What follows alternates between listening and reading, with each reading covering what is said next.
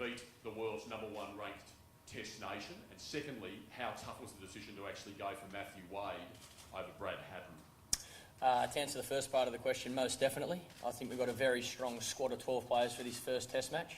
I guess one of the hardest things about selecting a team is you need to pick your best squad for the conditions you're going to face and the opposition you're going to play against, and I believe that's what we've done for this first Test match. Second part of your question, the decision between Matthew Wade and Brad Haddin was obviously very tough. There's a selection panel of 5 selectors, and there was a lot of talk about that over the past few days. They're 2 very good wicketkeepers.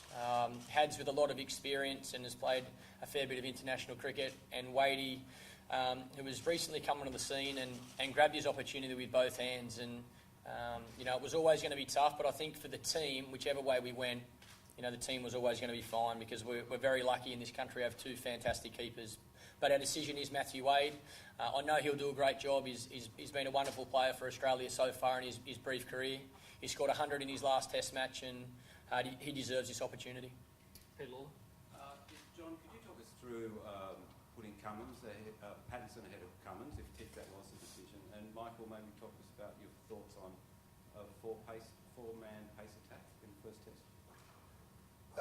Look, we didn't feel as though Pat Cummins was ready to play in a Test match.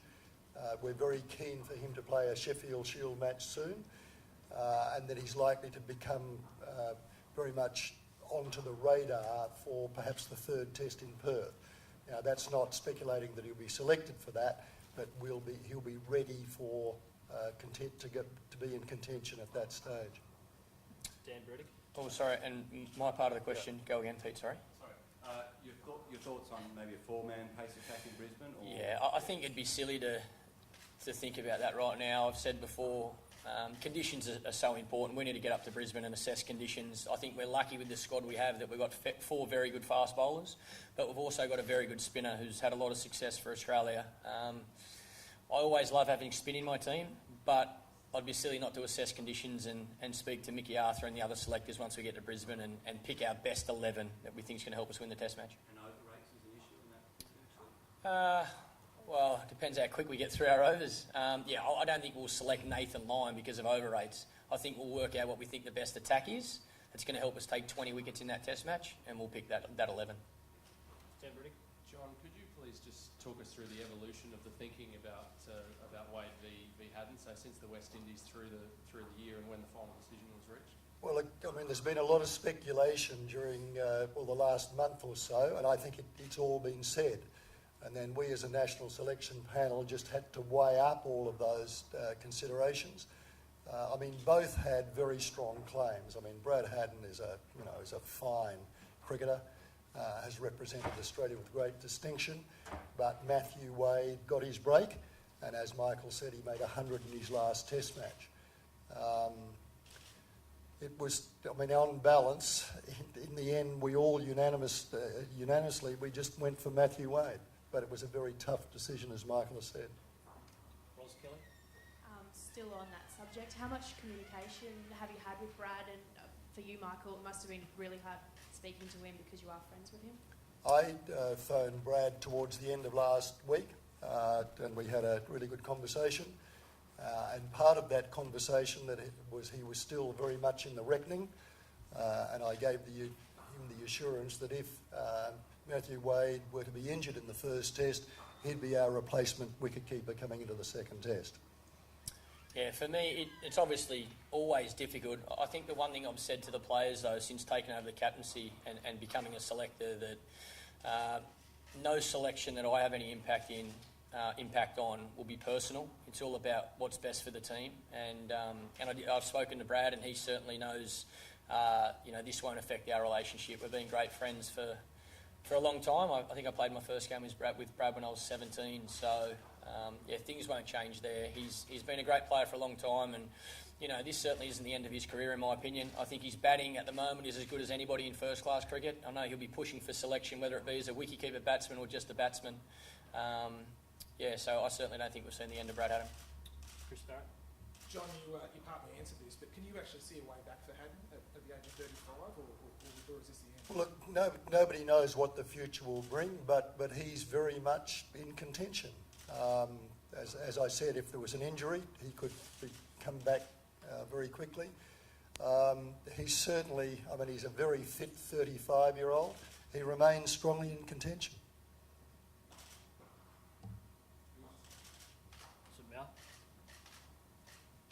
Sorry, John, do you have any concerns about Nathan Lyon? He's had a poor A tour and he's got 6 wickets at 66 going into this season, so it's hardly an ideal preparation level, is it? Yeah, look, we've been concerned about Nathan's form, but he's performed very well for Australia. And we're hoping that, in the 10 or 11 days leading into the test, he really recaptures his old form and his bowling at his best. And he's got a very good record for Australia. I mean, he's served us well overseas and in Australia. So I can't see who it is there, but Fox. Mark Chester from Fox Sports News. John, Ed Cowan is averaging under 30 at the moment. Would he be the batsman under most pressure in the top order right now? Look, I spoke quite a bit about Ed last week at a press conference, and I don't have much to add other than I watched him last night at the MCG and he was in sparkling form. So we've got faith in him at the top of the order and we're looking forward to him doing really well. Just down the front here, Dan Brady. John, regarding the pace bowlers and their workloads and their rhythms and all of that, you've got a bit of decision making between now and the first day as to who starts up. Yes, indeed. One guy in particular, Ben Hilfenhaus, he's a very experienced bowler, but he hasn't had much bowling in the first class arena in the past. No, so we'll be watching very closely this next week or so. There's a full round of Sheffield Shield fixtures in the Australia A, so we'll be keenly watching how the bowlers go in that Shield match and how they look and what sort of shape they're in Brisbane. We'll be there for 4 or 5 days before the first test. We'll make that decision either the day before or the morning of the match. And just regarding Pat Cummins, I know he's not in the squad, but is there any chance he'll be in Brisbane to be around the group? Because the expectation he might be around later. Yes, there is a chance. Yes. Just up the back there. Can't see. Guys, how much does, you're playing a rotational role with a lot of the bowlers, but in batsmen you've got a 37-year-old in Michael Hussey who's averaging just over 9 against the likes of Steyn and Morkel and stuff. How do you sort of evaluate a position like that? Well, last year, when we were contemplating the first test team against India at the Boxing Day test, we were discussing Ben Hilfenhaus, and a couple amongst us said that Ben Hilfenhaus's record at the MCG is not at all good. And then one amongst us said, well, he's due to take wickets, and he got 5. So I would say against the South African, Michael Hussey, who's a very fine batsman, is due to make some runs. Any further questions? Michael, pleasing to see Ricky among the runs, isn't it? Yeah, it's nice to see him making runs. I watched him bat last night and he looks in pretty good nick. His balance looks good. I know he's been working as hard as anybody, as he always does, and I think more than the result, just for his own mind frame going into this first test match, he knows he's spent plenty of time in the middle. He knows he's ready to go now, so I think Ricky will be in for a big summer. Mark?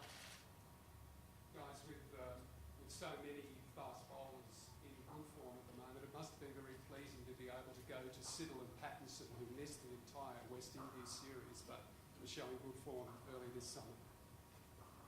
Michael? Yeah, it's obviously very positive that the guys have been playing a bit of first-class cricket as well, so they've got a lot of bowling under their belt. I think we're lucky at the moment in Australia that we've got a very good group of young bowlers with plenty of talent. And as I've said for a while now, it's about turning that talent into performance. And I think we've seen over the first few Sheffield Shield games that guys are performing both with bat and ball. And, Peter Siddle and James Pattinson are certainly two of those guys that have stood up at the start of the summer and have some good performances on the board. Can I just add to that? I mean, there's those, we've mentioned Pat Cummins and we all have high hopes for him. But Josh Hazlewood is in particularly good form. Jackson Bird is returning to form. after a wonderful season last season and bowled very well at the MCG. And Mitchell Johnson in the first 2 Shield games in Perth. His action was good and he bowled very well. And I know Michael made 60 odd against him and thought how well he bowled.